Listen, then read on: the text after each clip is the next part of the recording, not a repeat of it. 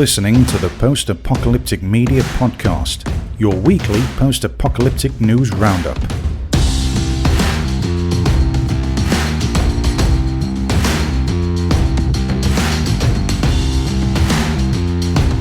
Welcome back, everyone, to this 55th episode of the Post-Apocalyptic Media Podcast. I am your host, Sean. I'm the senior editor here at Post-Apocalyptic Media.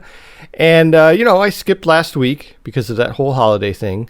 It turns out I actually had a strange kind of cold where my voice was out for a couple days. So that worked out pretty well.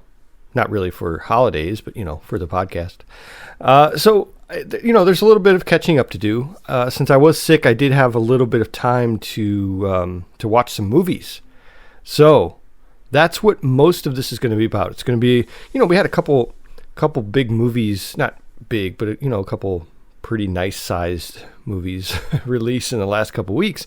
It's a big time. It's the Christmas holiday season is a big time for movies usually. So there were a few of them. I talked previously, I think a couple episodes back, about the movie Silent Night with Keira Knightley, and that was a Christmas movie, but these other ones aren't really Christmas movies, so I'll still talk about it.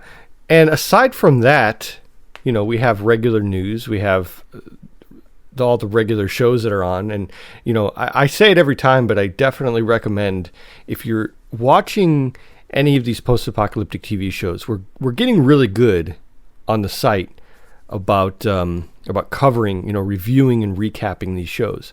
So like right now, Tina's doing The Expanse, and she's covering, let's see, I think the latest one she just did, season 6, episode 3, she just did a couple days ago. So that's being covered. We have,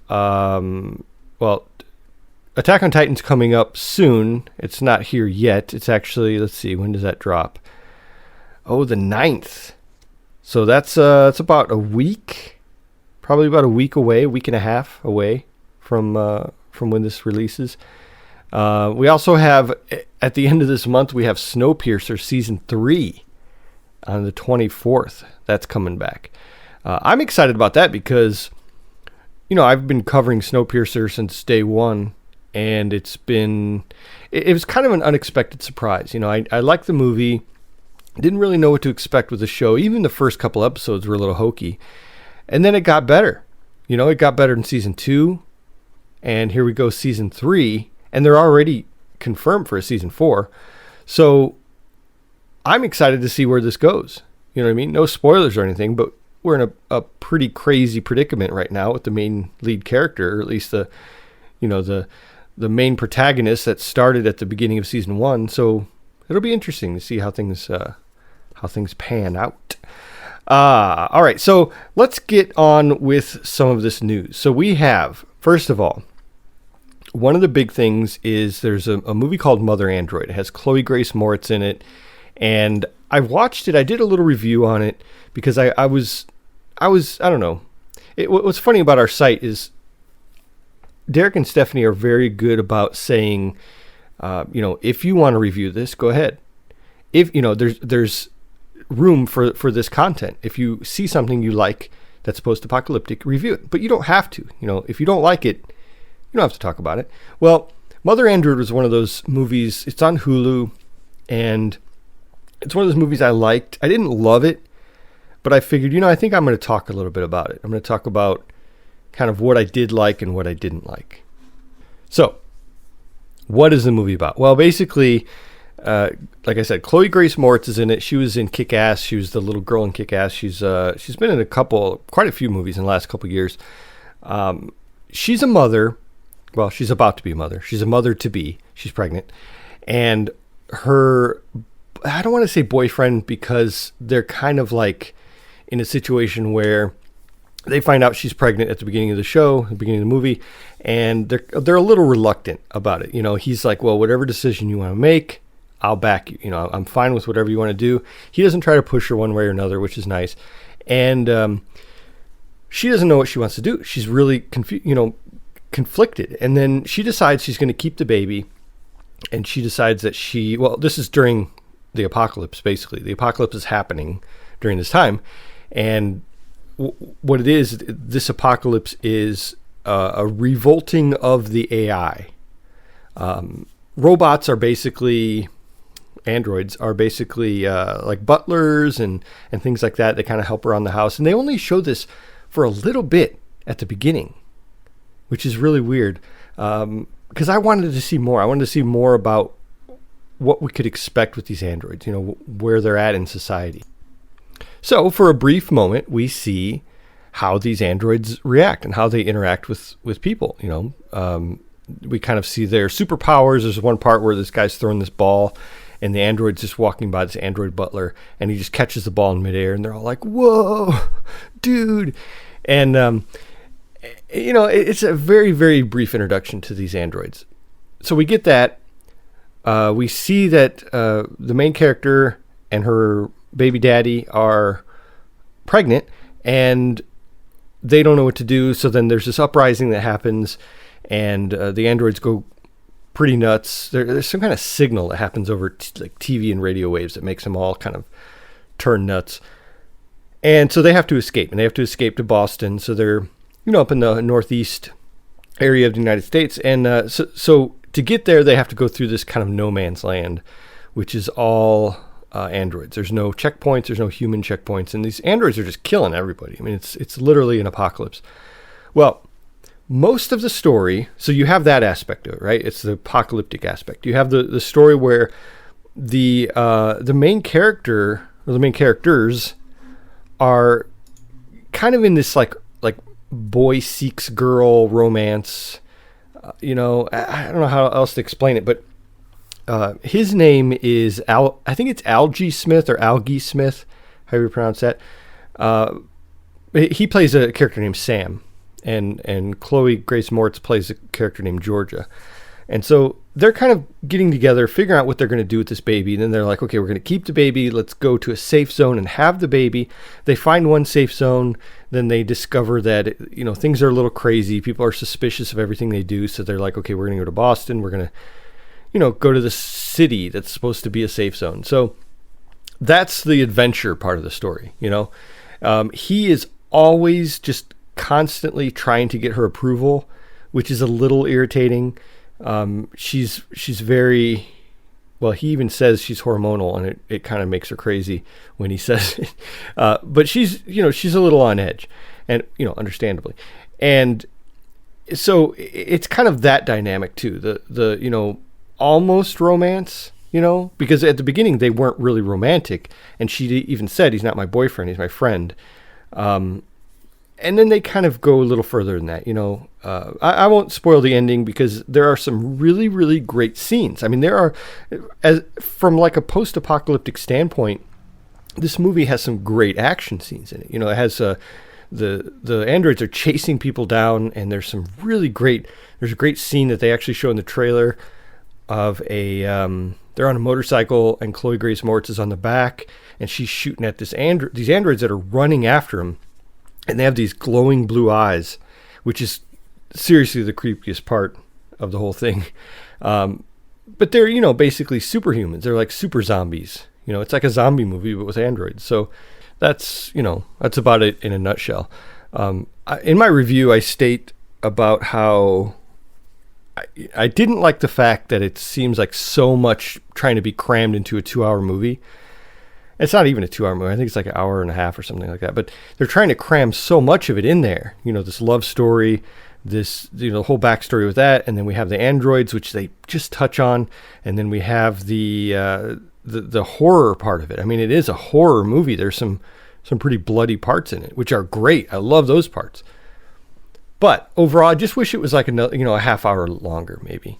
I think then it would be a really great movie. But, if you're looking for a nice little action movie, you don't have to think too hard about. You just want to sit down, if you love androids and people running from androids and things like that. It's a pretty good movie for that. All right, so let's go on to the next. This is actually some news here, and it's some crazy news.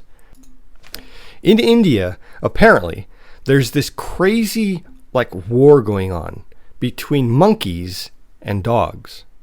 Yeah, I mean, so what they're saying in this village in India, apparently all these monkeys kind of rose up and they started fighting against these dogs. Now, why would they do that? Well, apparently the dog, I guess the dogs like killed one of the baby monkeys. So these monkeys are chasing down these dogs. And here's the creepiest part. They're chasing down these dogs and they're like throwing them off of cliffs. They're not like strangling them or, cutting them or any of these other things that you would assume a monkey could do. They're actually throwing them off cliffs. They're getting these dogs and they're throwing them off cliffs. There's some video in the post that shows a little bit of this. It's kind of like a newscast where an Indian news station recorded some of it. But I mean, that's crazy. It's this little village. I think it's like, let me see. It's near Mumbai. 300 miles east of Mumbai. And that's where kind of most of this is happening. They said that so far over 250 dogs have been killed. Now, why would I be covering this for a post-apocalyptic media podcast, you ask? I think the parallels are there between, Planet of the Apes and this kind of thing. I even put a video in the post, in the article, that shows a clip from one of the Planet of the Apes movies. Let's see, it was Rise of the Planet of the Apes. And it shows this like a chimpanzee with an AK-47, and these guys give him the AK-47. They're kind of teasing the monkey, and they're like, here, have this. And the monkey just turns and starts shooting at all of them. And that clip actually is, I hate to say hilarious, but it is hilarious, but it's also very realistic looking. And it was kind of a promotional piece for Rise of the Planet of the Apes. Whenever that came out, I forgot. And people saw this, and this video went viral because people thought it was real. They thought it was just like this monkey that just went crazy, and they're like, oh my God, did you see this?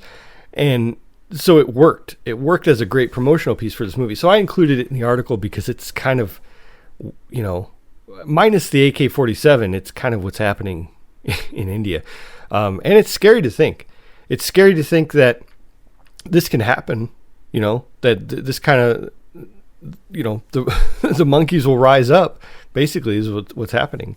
And it shows their intelligence. They're going straight after these dogs. It's like they've coordinated an attack against dogs that they've probably, seemingly have gotten along with until now.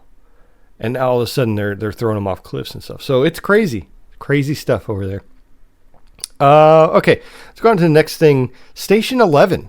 Station 11 started a couple weeks ago. Let's see. Last episode, it didn't start yet, so I didn't get to talk about it. I think it started that day when the podcast came out.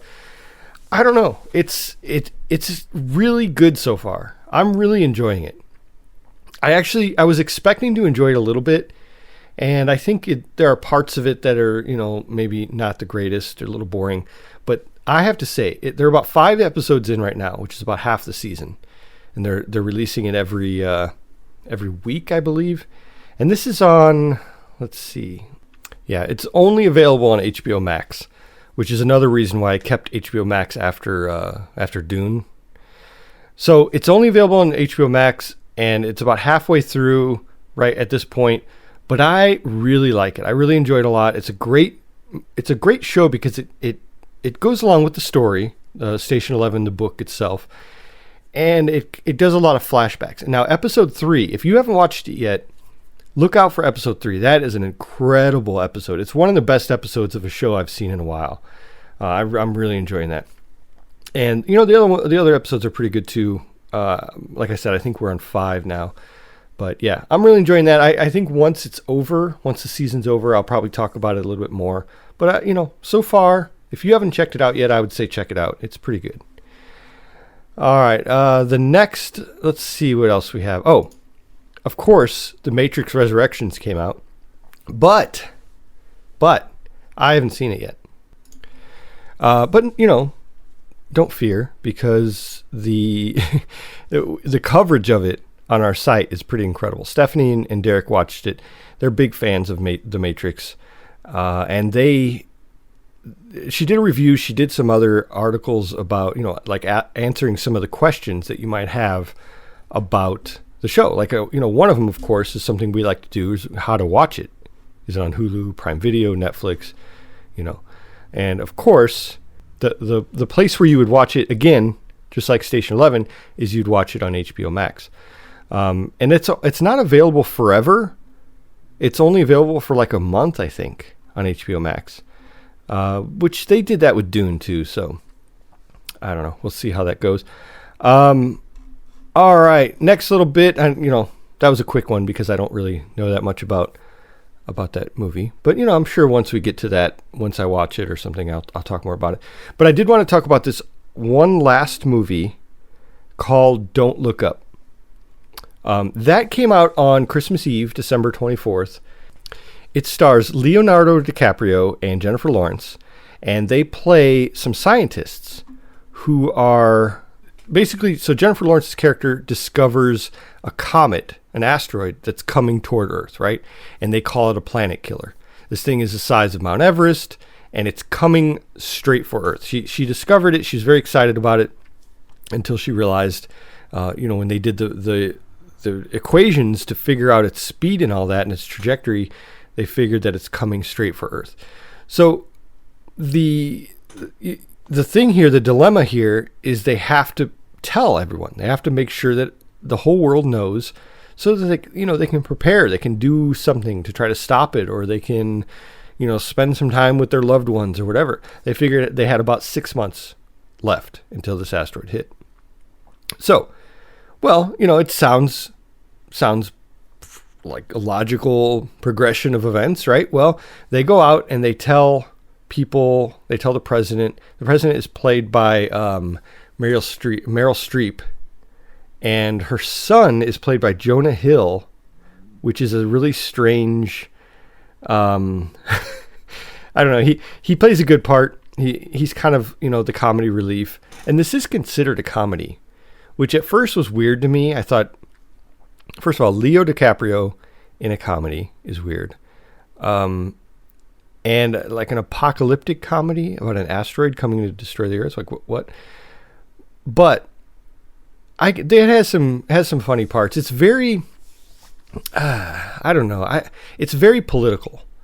It's basically, it has that same kind of feel as something like Idiocracy, which is that Mike Judge movie. Mike Judge, of course, is the one who made like Beavis and Butthead and King of the Hill. Idiocracy was a movie about just stupid people, basically. And so this movie it's kind of poking fun at people who wouldn't believe that an asteroid is actually coming to destroy the Earth, right? It seems strange, but it also seems very realistic. So the characters go to the president and she's like, oh yeah, whatever. I don't think that that's really happening. And her son is, making fun of him a little bit. And it's just kind of a poop show, as they would say. So then they go on the news, and the newscasters kind of make fun of him, and they kind of do this whole, like, I don't know, like playing it down thing. And so the characters are really frustrated. They're trying to figure out how to let the world know. They get commercials. They do all this stuff to try to make sure that the world knows that they're going to die in 6 months. But no one believes them. No one wants to put forth that effort to think that what they're saying might be true. And like the president herself is like, oh, well, I have scientists. I have my own NASA scientists. And they've confirmed what you're saying, the math, but it'll be fine. It's nothing to worry about. And as you can imagine, that's really frustrating. A lot of crazy things happen in the middle there that I don't want to get into. But let me just say, it is very political. It's a very political movie. It's kind of making fun of both sides, but it's definitely more like, I think Meryl Streep's character as the president is supposed to be very Trump-like. She's supposed to, because I don't know, they get this whole thing where they have these hats that say "Don't Look Up," which is the title of the movie, where they're saying they're basically like, if we don't look up at this asteroid, then it doesn't exist, or we won't see it. They're just trying to, the government is just trying to get you to look up, and this crazy stuff. The whole like premise of the movie is supposed to be making fun of the people who don't believe in climate change, but it's a very strange parallel to kind of the way people feel right now about the vaccination, the COVID vaccine. And I am definitely not going to go down that path and, explain anything. I'm sure just turn on the news if you don't know what's going on there. But the movie goes that, it goes there. It kind of explores that whole, there are people who believe the science and people who don't believe the science, but what is the science? It goes deeper than just that black and white, which is great. I think I was talking about Silent Night did that a little bit too. They were going down that path of, the kid didn't want to take the pill that would kill them before the big gas cloud came and killed everyone. The government issued, pill that would kill everyone, because he said, wait, what if the gas cloud doesn't actually kill me? Why should I take this pill to kill me beforehand? So anyway, it's kind of that same thing there in the movie Don't Look Up. They're saying, if we don't look up, we won't see this thing that they're making up or that it's not real. Of course, it is real, and that's not really a spoiler, but it's the whole process of them trying to get people to believe that it's real. That's the thing. That's the thing that's the movie. That's the adventure. And like I said, a lot happens in between. There's a lot there. Kind of throws everyone off course a little bit, including Leo DiCaprio and Jennifer Lawrence. But the end was really good. The end was really good. It was crazy. The very end was really crazy, which I will not spoil at all. It had some really, it had some really good parts in it. If I were to grade that movie, oh man, I'd probably give it like a B-, something like that. It has really stupid parts, but it also has some pretty good parts. Maybe a C+. The acting was great. It has some all-star actors. It has Cate Blanchett in it. It has Tyler Perry in it. Cate Blanchett's character is amazing. She plays a newscaster, and of course Cate Blanchett is British, I believe. I think she's British, and so she's doing like an American accent, and it's dead on. It's dead on like newscaster, like evening news accent. You know what I mean? And it's great. And she has like just makeup caked on and just all this stuff where it's like, I've seen that lady on the news before. She's on Channel 9. I've seen that. She does a phenomenal job. Tyler Perry does a phenomenal job as her kind of sidekick newscaster. Who else? Meryl Streep does an amazing job as the president. Jonah Hill is hilarious. Maybe hilarious is a little too much. He's funny. He has some funny lines, he says, in the movie. It's, it is what it is. Jennifer Lawrence, Leo DiCaprio, they do an amazing job. So I think the thing that brings it so high, if I were to rate it, maybe we'll go back to that B-. The thing I would rate it so high is their acting. But the story itself is it's just polarizing. And I don't know. It's not a blockbuster, but it's worth a see. I think you should, if you like disaster movies, you should. It kind of makes fun of them a little bit, stuff like Deep Impact and stuff like that. It kind of makes fun of it. So, good time. All right. So the last little thing I want to talk about before I end the show is the end of the year awards. Now, next episode, I'm going to try my hardest to get Derek and Stephanie on and see if we can do some kind of, like end of the year wrap up type thing for 2021, because we have our awards coming up. We have the Boomie Awards, which I love that name. Derek came up with that name, the Boomie Awards. We had our first annual Boomie Awards last year, and this will be our second year of doing it. But it's basically, it goes down the line, movies, TV shows, and then like stuff like comic books, and even it kind of even goes into like best Kickstarter campaigns, best fiction novels, we have a new category this year for best board game tabletop game of 2021. And these are ones that released this year, you know. And so I'm excited about these new categories. Like comic books, that's a new category this year. Tabletop games is a new category this year. But we'll talk about that all next episode. And we have the post itself, which is coming out this week, which will give all of our winners. What we do is we have one ultimate winner in each category, and then we have 5 nominees after that. It's like the runners up. We don't really do like first, second, third in each category. So that's coming at the end of this week. We also have our winners to announce for our short story contest, which I'm excited about. We started that back in September, and we spread the word about the short story contest we had, where there's actually cash prizes. You know, if you win this, you get, I think it's a couple $100, and the second place gets a couple $100 too, I think. And all 3 of the top 3 of these winners will get published on the site and also promoted on our social media. And, you know, and the winner, the ultimate winner, number 1, will get an interview on the site. So all this stuff has been done. The deadline, of course, was the 18th, which was last week and a half ago. So it's all done. We've read through our submissions, which is, I laugh because we got a lot of submissions. We have tons of them, way more than I thought. Like I would have been happy if we got 3, because we said we were giving 3 awards away, you know, like a top 3. And I was just like, please let there be 3 so we can at least give these things away. We got way more than that, way more than that.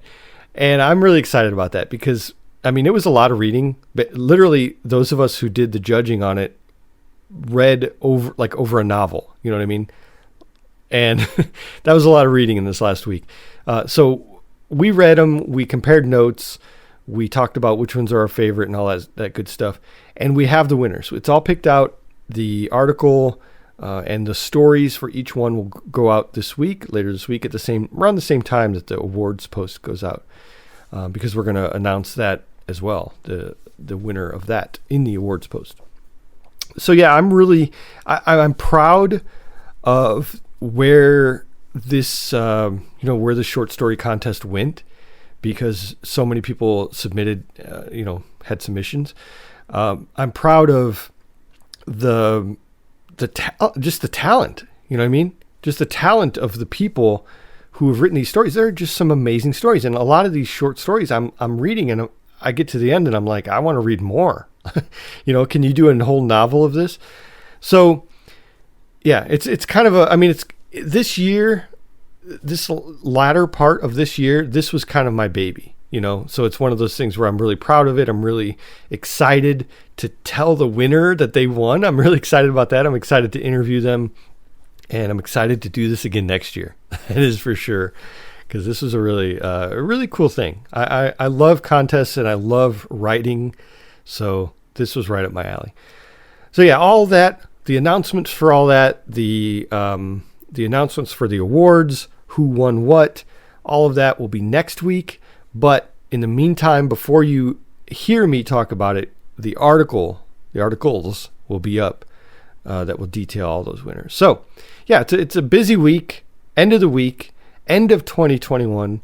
Who would have ever thought at this point we're ending 2021 still in this freaking pandemic, right? Who would have ever thought that at like March of 2020, when we're wearing masks and people are saying stay 6 feet apart, and the virus doesn't spread on objects, only people, and somehow the virus stops at 6 feet, like all these crazy things that we were saying at the beginning, and we're still in it, you know what I mean? And I hate to laugh about it because it is very serious, but it's just crazy. It's just crazy where we're at.